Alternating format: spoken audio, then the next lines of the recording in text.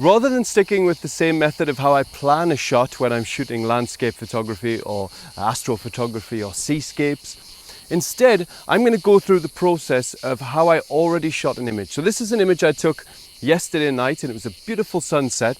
And now I'm going to take you through the steps that I went through to get to that final composition. And you'll see that it isn't a case of just looking at a scene and knowing exactly what you have to shoot. There's a lot of trial and error.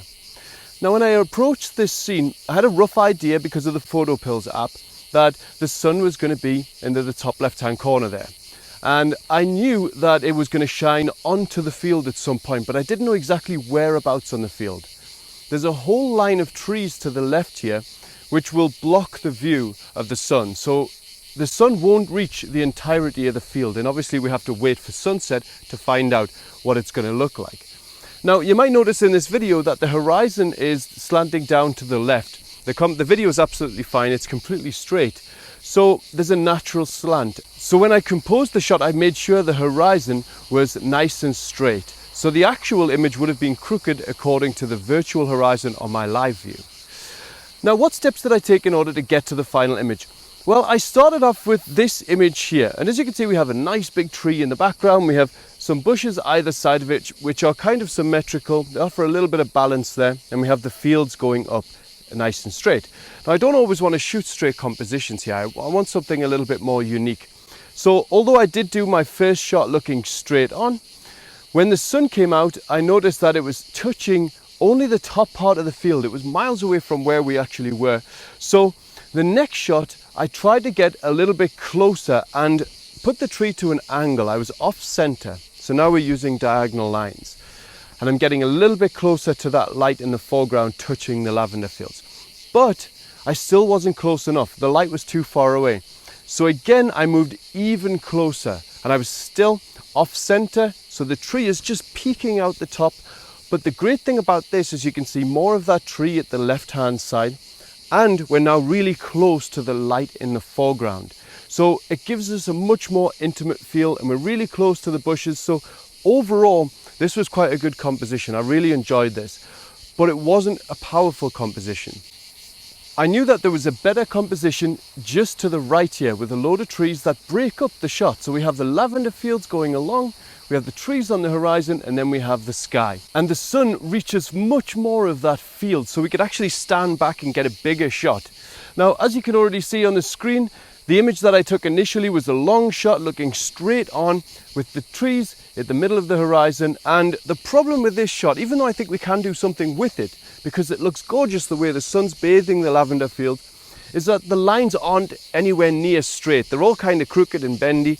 And for me, that really didn't sit very well. I do think I could take a nice image with that, but I didn't particularly like it in terms of other compositions that we could achieve here. So I tried one more composition.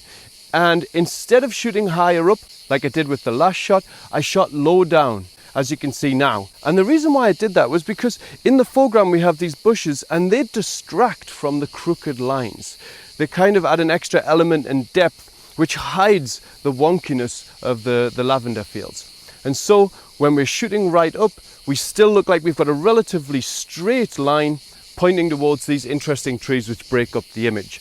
And the great thing is I was shooting at about 70 millimeters for this image. We got that gorgeous light bathing across the field. So essentially it took 5 different steps for me to finally arrive at that composition.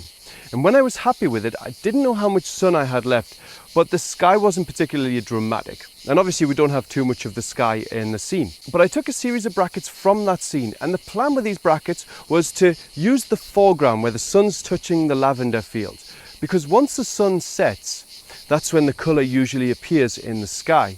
But once that happens, we lose the light on the lavender field. So my plan was to take multiple exposures from the same scene over a period of time and to blend them together. And that's exactly what I did. Now I was shooting at f11 just to get a greater range of depth of field, because obviously we've got a lot of stuff in the really near foreground which is very blurry. And it's all right to have some of that blurry. We don't need it to be completely sharp. In fact, having a slightly shallower depth of field in the foreground, I think adds an extra element to the scene.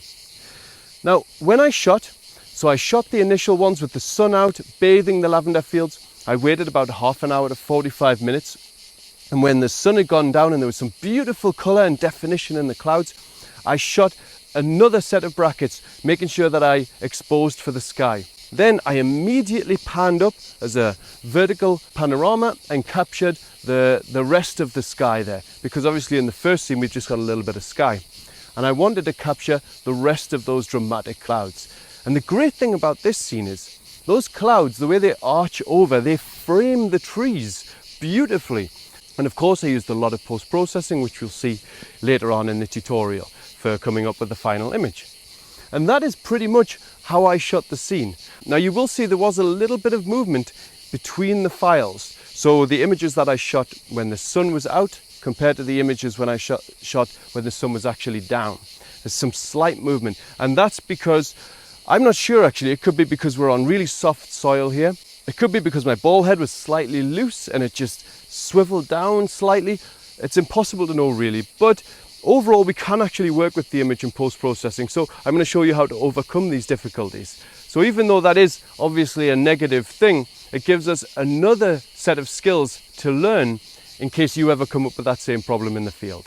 Now let's go back to the office and see what we can do with these raw files.